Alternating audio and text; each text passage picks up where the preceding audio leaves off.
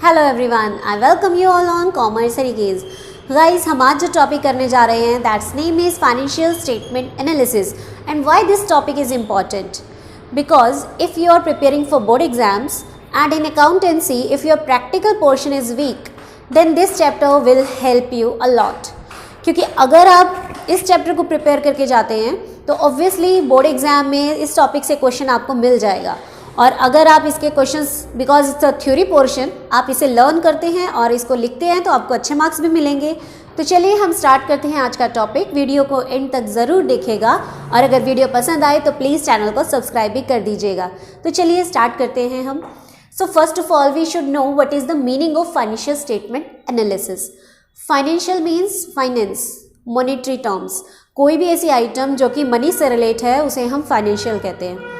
Financial statement का मतलब क्या होता है? एक ऐसी स्टेटमेंट जो कि बिजनेस की फाइनेंशियल पोजीशन को डिनोट करती है। जैसे कि हमारी बैलेंस शीट हमें हमारी फाइनेंशियल पोजीशन के बारे में बताती है कि कंपनी के पास कितनी करंट एसेट्स हैं, कितनी फिक्स्ड एसेट्स हैं, what are the liabilities etcetera.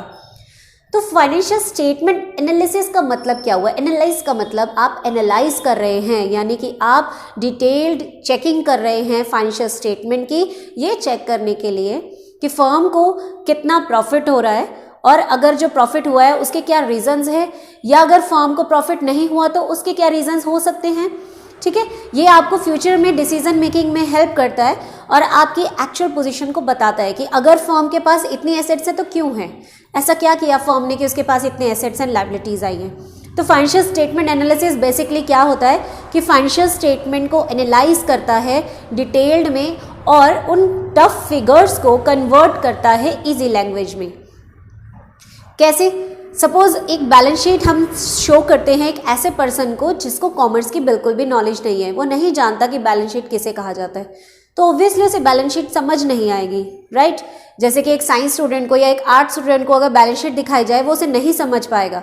लेकिन अगर उस बैलेंस शीट के अंदर जो आइटम्स लिखी गई हैं उनको हम सिंपल लैंग्वेज में कन्वर्ट करके बताएं कि फर्म के पास इतनी एसेट्स हैं, क्यों हैं, कैसे हैं, ये सारी चीज़ें उन्हें सिंपल लैंग्वेज में समझाएं, इंटरप्रिटेशन करके दें, तो उन्हें वो बातें समझ आ सकती हैं।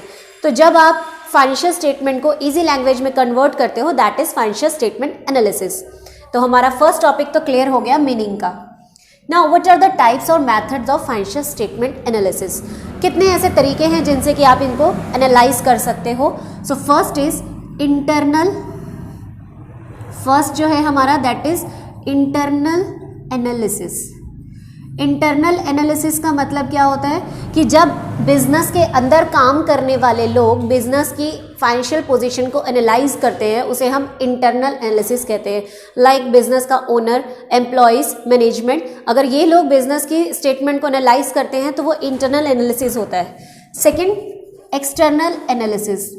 एक्सटर्नल एनालिसिस में वो लोग आते हैं जो कि बिजनेस के अंदर डीलिंग नहीं करते, जो कि आउटसाइडर्स हैं, लाइक आपके सप्लायर्स, आपकी गवर्नमेंट, आपके कस्टमर्स, पब्लिक, ये सभी लोग वो हैं जो आपके बिजनेस से अफेक्ट तो हो रहे हैं बट ये लोग आपके बिजनेस से डायरेक्टली अंदर बिजनेस के अंदर काम नहीं कर रहे, बट ये कहीं ना कहीं आपके बिजनेस से कनेक्टेड हैं। तो ये लोग आपके बिजनेस को एनालाइज क्यों करना चाहते हैं? क्योंकि ये जानना चाहते हैं कि फर्म के अंदर एक्चुअली में क्या चल रहा है, फर्म की अगर ऐसी पोजीशन है तो क्यों है। क्योंकि हर इंसान आपके इस फर्म के साथ, जो इन्वेस्टर है वो आपकी फर्म में पैसा इन्वेस्ट करना चाहता है तो ऑब्वियसली वो आपकी फर्म की पोजीशन जानना चाहेगा। अगर कस्टमर्स आपके साथ डील करना चाहते हैं तो वो भी आपकी कस्टमर प्रोडक्ट की क्वालिटी और बाकी चीज़ों के बारे में जानकारी लेना चाहेगा। तो जब बाहर के लोग आपके बिजनेस को एनालाइज करते हैं वो एक्सटर्नल एनालिसिस होता है। Next is horizontal analysis. Horizontal analysis का मतलब क्या होता है कि जिसमें एक बिजनेस फर्म जो होती है वो बहुत सारे ईयर्स के प्रॉफिट्स को या बहुत सारे ईयर्स की करंट एसेट्स, लायबिलिटीज एटसेट्रा को कंपेयर करता है ताकि वो चेक कर सके कि हमारी एक्चुअल में क्या पोजीशन चल रही है, क्या ट्रेंड है बिजनेस में। लाइक 2017 में प्रॉफिट शो किया जा रहा है 50,000, 2018 में प्रॉफिट जो है वो 1,50,000 शो किया जाता है एंड 2019 में ओनली 120 शो किया जाता है। तो ये कंपैरिजन कर रहे हैं हम हॉरिजॉन्टली। तो इससे हमें क्या पता चलता है कि अर्लियर हमारा जो प्रॉफिट था वो इंक्रीज कर रहा है बट 2019 में प्रॉफिट रिड्यूस हो गया। तो अब बिजनेस फर्म जानना चाहेगी कि ये प्रॉफिट रिड्यूस क्यों हुआ, what are the reasons behind this, ठीक है, फिर उन रीजंस के क्या सॉल्यूशंस हो सकते हैं। तो इसीलिए हमारा जो बिजनेस फर्म है वो हॉरिजॉन्टल एनालिसिस करता है। नेक्स्ट जो एनालिसिस होता है that is called vertical analysis. Vertical analysis में हम क्या करते हैं कि एक पर्टिकुलर ईयर को उठाते हैं और उस ईयर में जो करंट एसेट्स हैं या करंट लाइबिलिटीज़ हैं, फिक्स्ड एसेट्स हैं या कोई और आइटम है, हम उसे पिक करते हैं और उसके पीछे के सारे रीजंस को फाइंड आउट करते हैं कि ये अगर इतनी है तो क्यों है, अगर हमारे लॉन्ग टर्म इंक्रीज हुए हैं फर्म्स के लोन वगैरह तो वो क्यों हुए हैं, ठीक है। और बहुत सारी ऐसी चीज़ें हैं जो हम एक पर्टिकुलर ईयर की अमाउंट्स को उठाकर उनको चेक करते हैं, तो that is called vertical analysis. I hope ये टॉपिक आपको क्लियर हो गया है। अब हम मूव करेंगे about the objectives and purpose of financial analysis.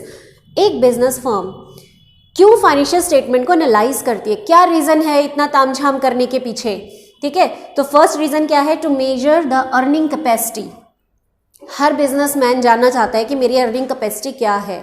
अगर मेरा प्रॉफिट इंक्रीज हुआ था 2018 में तो इट मीन्स मेरी अर्निंग कैपेसिटी ज़्यादा है, ठीक है ना। अगर मैं लास्ट ईयर से अच्छा प्रॉफिट कमा रही हूँ यानी कि मैं अच्छा कमा सकती थी, बट नेक्स्ट ईयर में अगर मेरा प्रॉफिट रिड्यूस हुआ है तो इट मीन्स मैंने कहीं ना कहीं मिस्टेक की है।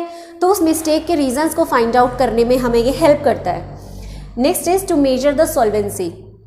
सॉल्वेंसी का मतलब होता है कि एक बिजनेस फर्म के अंदर अगर बाहर के लोगों ने कुछ पैसा इन्वेस्ट किया है या फर्म को लोन वगैरह दिया है तो उन लोन्स की पेमेंट हम कितनी जल्दी कर सकते हैं। एक बिजनेस फर्म की जो एबिलिटी होती है टू पे द इंटरेस्ट, टू पे द डिविडेंड, टू पे the repay the loans, that is called solvency.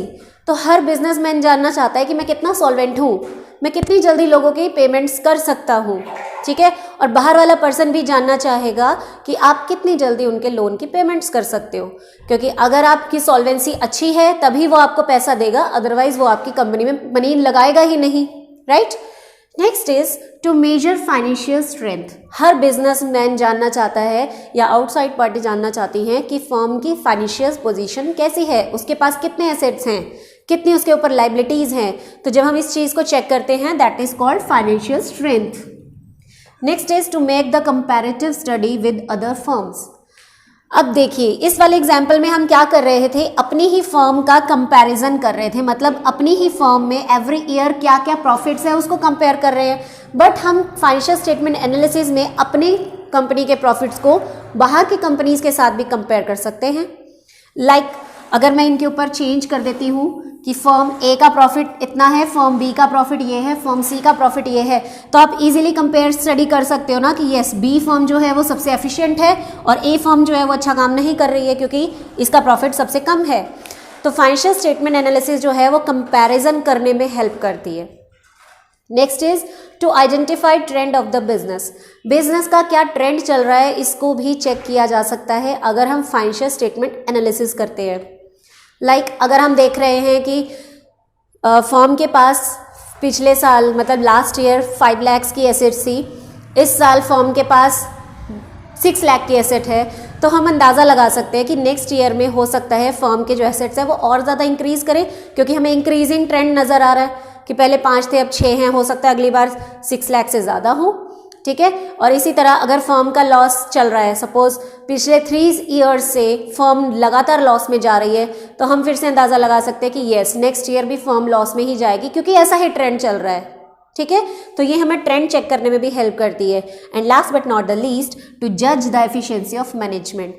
जिस कंपनी की रेशोज़ अच्छी आती है, जिस कंपनी की फाइनेंशियल पोजीशन अच्छी आती है, जिस कंपनी का एनालिसिस का इंटरप्रिटेशन और रिजल्ट अच्छा आता है, उस कंपनी को उतना ही एफिशिएंट माना जाता है। तो कंपनी की एफिशिएंसी को चेक करने में भी हमें हेल्प करता है फाइनेंशियल स्टेटमेंट एनालिसिस। इसके बहुत सारे टूल्स होते हैं जैसे कि आपके अकाउंटिंग रेशो, कैश फ्लो, आप आगे पढ़ेंगे तो कैसे ये चीज़ें आपकी हेल्प करती हैं एफिशिएंसी चेक करने में, वो भी हम उसी में पढ़ेंगे। फिलहाल आप इतना समझिए कि ये कंपनी की एफिशिएंसी को चेक करने में हेल्पफुल रहता है। सो आज के लिए इतना ही। इसमें और 2 टॉपिक्स रहते हैं जो हम नेक्स्ट वीडियो में पढ़ेंगे।